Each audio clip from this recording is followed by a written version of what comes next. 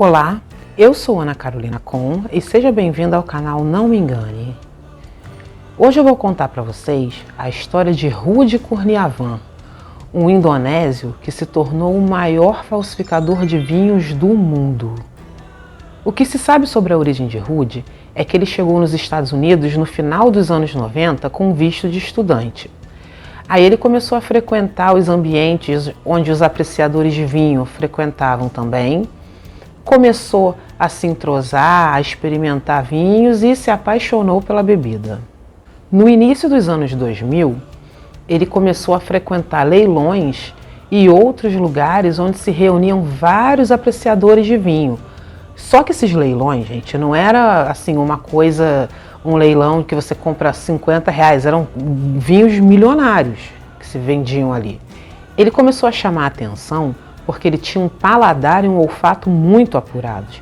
Então ele conseguia muito fácil identificar quais eram os vinhos, de onde eram a origem, quais eram as uvas que eram utilizadas naqueles vinhos. Então as pessoas foram ficando curiosas em relação a ele e foram se aproximando. Só que essas pessoas que começaram a fazer amizade com ele não eram quaisquer pessoas. Eram só os mais ricos e os mais famosos dos Estados Unidos, tá? Incluindo ator de Hollywood, diretor, os altos executivos da Bolsa de Valores, tá? Só a alta sociedade dos Estados Unidos que começou a se aproximar dele. Aí o que ele fez, gente? Como ele viu que esse pessoal influente estava se aproximando dele, ele começou a promover vários jantares e encontros, onde nesses jantares ele abria e servia várias garrafas de vinho que ele falavam que eram da coleção dele. E ele dizia que eram vinhos raríssimos. E as pessoas acreditavam porque realmente elas nunca tinham visto aqueles vinhos daquela safra, daquele determinado ano. Ele dizia que aquilo ali fazia parte da coleção particular dele e que estava avaliado em mais de $1 milhão. Aí as pessoas ficavam impressionadas, né? Nossa, esse vinho que ninguém tem, só esse homem tem, eu preciso ter esse vinho, porque eu quero mostrar que eu sou influente, eu quero mostrar que eu tenho raridade. Aí o que o Rudi fez? Começou a vender as garrafas de vinho para essas pessoas influentes e daí ele começou a fazer muito dinheiro em cima disso. Nisso ele começou a ser chamado também para outros jantares de outras pessoas, outros encontros. Só, gente, que ele tinha um comportamento que eu não sei como ninguém desconfiou. Nesses jantares que ele ia dos outros, ele sempre pedia para os garçons guardarem as garrafas vazias dos vinhos para ele levar. Ninguém nunca desconfiou de nada, todo mundo enxergava ele como um milionário excêntrico. Mas isso é porque ele era rico, né? Porque se fosse pobre, ninguém ia achar que era excêntrico. Ia achar que o cara estava armando alguma coisa, ia desconfiar de alguma coisa de ruim. Aí ele continuou vendendo os vinhos para os ricos, famosos e influentes, e ele era especialista em vinhos de uma região chamada Borgonha, que fica na França. E ele dizia que só ele tinha aqueles vinhos porque ele comprava diretamente dos produtores e que ele comprava a safra inteira para ele. Então, mais ninguém no mundo tinha aquele vinho, só ele. Então, se alguém quisesse ter, teria que comprar dele, porque a pessoa nunca ia achar em outro lugar. Aí, nisso, ele foi vendendo. O pessoal lá da alta sociedade foi ficando deslumbrado de ter aqueles produtos exclusivos, aqueles vinhos caríssimos, exclusivos, e foram dando dinheiro para ele, foram comprando vinho do Rudi. Dentre esses vários amigos que ele fez influentes, tinha um homem chamado John Capon. Esse John era proprietário de uma casa de leilões em Nova York e ele ficou impressionado com a quantidade de vinhos raros que o Rudi tinha.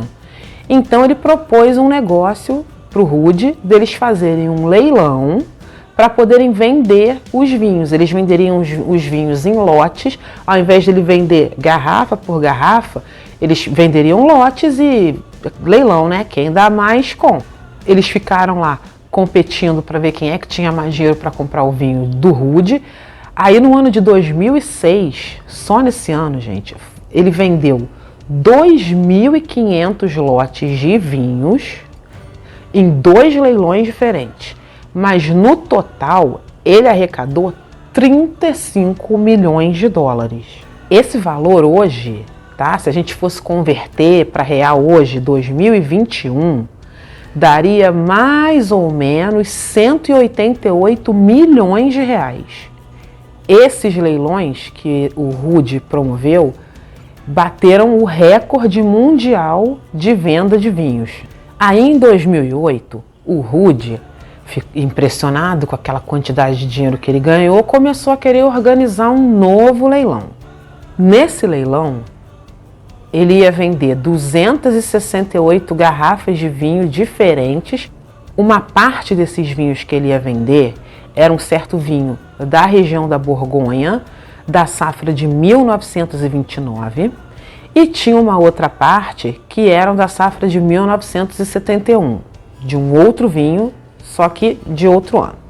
Como essas notícias correm rápido, né? O dono do vinhedo que produz esses vinhos que o Rude colocou no leilão, ele mora lá na França, mas ele ficou sabendo e ele foi para Nova York para ver mesmo se era isso que estava acontecendo. Ele chegou lá já com o objetivo de impedir o leilão. Lembra que eu falei que tinha um vinho que ele estava vendendo a safra de 1929? Esse vinho, de acordo com o proprietário do vinhedo, só começou a ser produzido em 1934. E o vinho de 1971, na verdade, só começou a ser produzido em 1982. Então ele estava vendendo coisas ali que não existiam. Quando ele chegou no leilão e explicou o que estava acontecendo, imediatamente o leilão parou, os vinhos foram todos retirados, mas não aconteceu nada com o Rude, ficou por isso mesmo. Aí o dono desse vinhedo, gente, esse que veio lá da França, ele não ficou satisfeito com isso, ele queria que acontecesse alguma coisa com o Rude porque ele estava falsificando os vinhos que ele produzia. Então ele foi por conta própria, investigando para ver quem tinha comprado vinho dele já anteriormente, e ele acabou chegando num bilionário americano chamado Bill. Esse bilionário já comprou várias garrafas do Rude e ele não sabia que tinha comprado falsificações. Ele gastou milhões de reais em vinhos e não sabia que estava comprando coisa falsificada. Aí esse bilionário, Bill, ele contratou detetives particulares para investigar o Rude. E aí ele acabou descobrindo que realmente ele falsificava os vinhos. O que esse Bill fez? Mandou tudo que ele tinha, todo o material, mandou para o FBI. O FBI analisou e em 2012 fizeram uma invasão na casa do Rude. Gente, quando eles chegaram lá, estavam todas as provas de que ele realmente falsificava os vinhos, gente. Ó, eles achavam garrafas vazias, que eram aquelas garrafas que ele pedia lá para o homem do restaurante guardar para ele.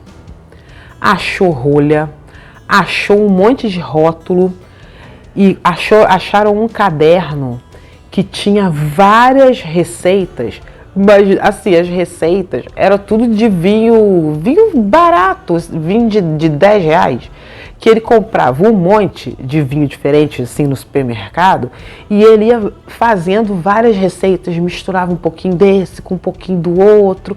Aí quando ele achava que estava perfeito o sabor, aí ele engarrafava, rotulava. Nesse caderno que acharam tinham várias informações de como ele deveria preencher cada rótulo, como ele deveria imprimir cada rótulo, qual a safra de qual vinho, tinha rolha, um monte de coisa.